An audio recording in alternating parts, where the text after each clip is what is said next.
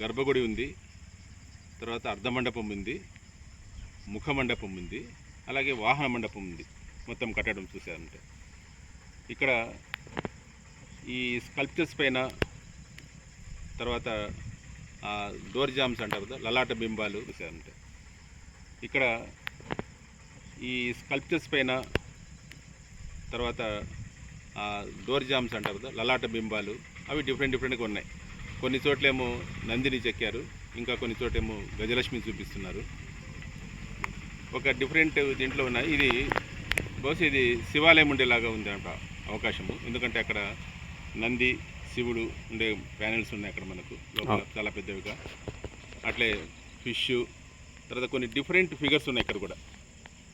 For example ఇక్కడ మనకు వాహన మండపం కొన్ని చోట ఎంట్రన్స్ ద్వారపాలక విగ్రహాలు ఇద్దరు లేడీస్ చూపిస్తున్నారు. జనరల్గా అది నంది మండపం ఉండాలి. ఒక నంది అయితే కింద పడిపోయింది, ఆ బ్లాక్ నంది. అయితే ఆ నందికి ఈ కట్టడానికి పోలిక లేదన్నమాట.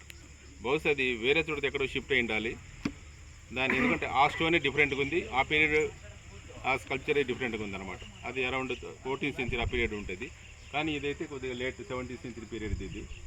ఇక్కడ కూడా కొన్ని ఈ వారియర్ సీన్స్ కానీ, ఇక్కడ ఈ ద్వారపాలక దీంట్లో ఒక లేడీ ఒక బిడ్డను ఎత్తుకున్నట్టుగా చూపించారనమాట. అది కూడా చాలా పెక్యులర్. అంటే ఇవన్నీ ఒక ఆగమిక్ పద్ధతిలో కాకుండా నాన్ ఆగమికలో లోకల్ కల్చర్ను బేస్ చేసుకొని చేసిన శిల్పాల్లా కనిపిస్తున్నాయి అన్నమాట. ఇవి యాక్చువల్గా పాడుబడిపోయి చాలా కాలం అయిపోయినట్టుగా ఉంది ఇది. జనరల్గా ఇంకా పబ్లిక్ కూడా వాడి గురించి ఏం పట్టించుకోరు. ఇప్పుడు డిపార్ట్మెంట్ దీన్ని టేకప్ చేయాలంటే కన్నా లక్షల్లో పని. అది కూడా ఇట్లాంటివి ఎన్నో మనకు కనిపిస్తున్నాయి. ఇప్పుడే మనకు ఇక్కడ 5-6 డిపార్ట్మెంట్ టేకప్ చేసింది. అయితే గ్రామస్తుల నుంచి ఎటువంటి ఇదేమి అయితే ఏం లేదు దీని మీద. సరే, ఇప్పుడు ఈరోజు కుందిర్పి విజిట్కి రావడం జరిగింది. ఇందులో భాగంగా మేము ఇక్కడ ఉన్న దేవాలయం, మాకు విలేజెస్ వచ్చేసి ఇక్కడ ఒక దేవాలయం ఉందని చెప్పగా మేము ఇక్కడ విజిట్ చేయడం జరిగింది. ఇక్కడ మా పరిశీలనలో భాగంగా ఇది శివాలయంగా ఐడెంటిఫికేషన్లో మాకు, ఎందుకంటే నంది తర్వాత ద్వారపాలకులు కూడా శైవ ప్రతిమలు కనిపిస్తున్న విగ్రహాలు. తర్వాత వాల్స్కి మనం చూసినట్లయితే కూడా చాలా వరకు మనకి శైవేట్ గజలక్ష్మి కానీ, తర్వాత మనం శైవాలయంగా చెప్తున్నాము.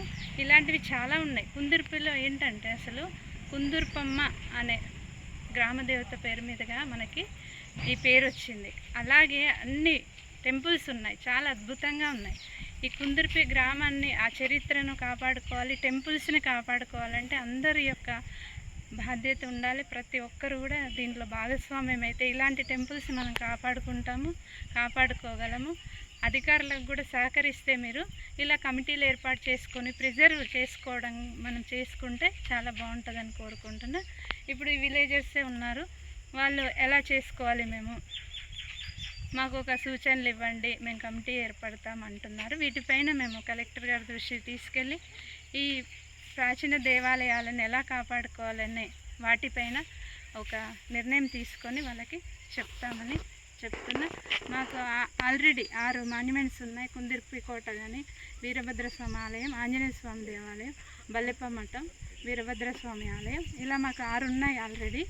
ఇప్పుడు కూడా టెంపుల్ మలయనూరులో కూడా ప్రొటెక్షన్ కోసం పంపించాము. ఇప్పుడు రీసెంట్గా న్యూస్లో వచ్చిన దాన్ని కూడా ప్రొటెక్ట్ చేయడానికి మేము మా హెడ్ ఆఫీస్కి ప్రపోజల్ పంపిస్తున్నాము. ఇలాంటివి ఎన్నో ఉన్నాయి, కానీ మాకు తక్కువ స్టాఫ్, తర్వాత మాకు బడ్జెట్ కూడా లేదు.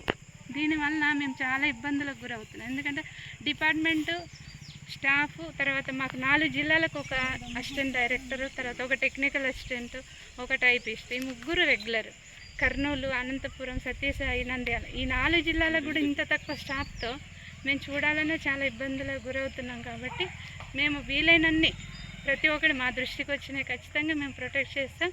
కొన్ని అవేర్నెస్ కూడా కల్పిస్తాం ప్రతి ఒక్కరికి, ఎలా కాపాడుకోవాలి, ఎలా మనం వీటిని ముందు వెలుగులోకి తేవాలని కూడా చెప్తాం అని తెలియజేస్తున్నాను. Thank you.